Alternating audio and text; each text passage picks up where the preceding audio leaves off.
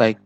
Nah, kita kembali lagi, kita akan coba membahas bagaimana kita bisa mengubah-ubah iterasi, mengubah-ubah suatu parameter-parameter di dalam model begitu, dan hal itu bisa mempengaruhi hasil solusi. Oke, ini saya matikan dulu supaya tidak muncul iterasinya. Nah, jadi sekali lagi sudah dijelaskan di video nomor 3 ya kalau tidak salah, di bahwa ini adalah iterasinya. Jadi setiap iterasi yang pertama adalah find rute untuk semua semut, ini menghasilkan yang seperti ini. Lalu kita evaluasi rute ini menghasilkan nilai seperti ini. Lalu kita update feromon ya, seperti yang sudah kita lakukan seperti ini begitu kurang lebih ya. Ini feromonnya sudah diupdate. Kemudian setelah itu kita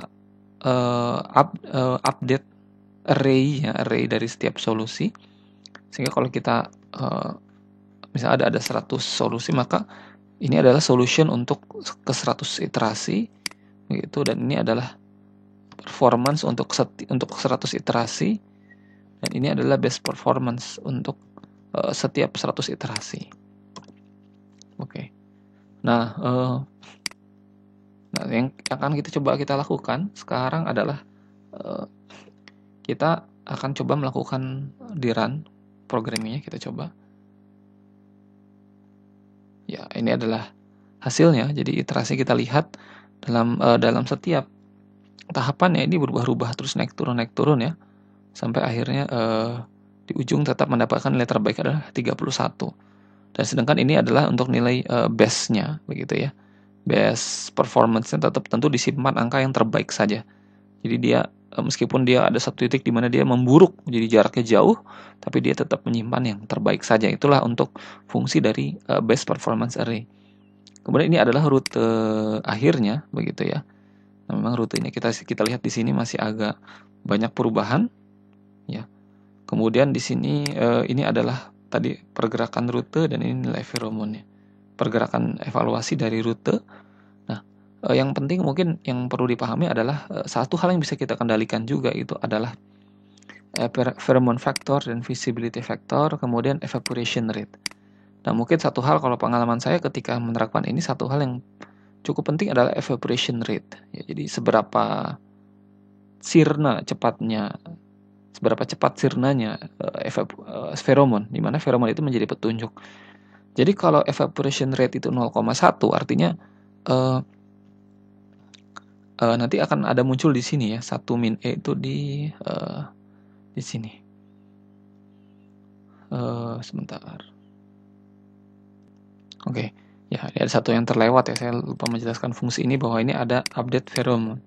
Jadi nilai feromonnya itu akan dihilangkan dengan nilai 1 min E. Kalau E kita yang kita gunakan sekarang adalah 0,1. Jadi akhirnya 0,9 kali feromon. Artinya feromon ini akan menjadi petunjuk sebenarnya ya. Nah, kalau misalnya evaporation rate-nya tinggi, berarti nilai feromonnya akan cepat hilang. Dan kalau kita coba saja misalnya kita ganti 0,9. Nah, hasilnya jadi agak bingung seperti ini ya.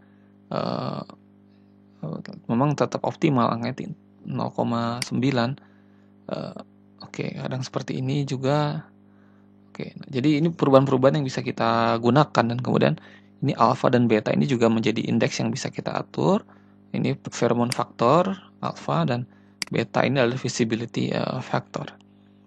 Oke, nah kurang lebih itu penjelasan tentang ant colony untuk kasus traveling selection problem, dan tentu Anda bisa menerapkannya untuk tipe permasalahan atau kasus yang lain. Bisa melakukan, terutama mungkin perubahan besarnya adalah pada tahap evaluate, tentunya fungsinya akan berbeda. Kemudian find route-nya. Di sini kalau kasusnya bukan pencarian rute yang lain, yang tentu akan sedikit berbeda ya solusi alternatif yang dihasilkan. Mungkin itu dua perbedaan besarnya, sedangkan yang lainnya sebenarnya akan relatif mirip-mirip ya, seperti itu. Oke, demikian, terima kasih.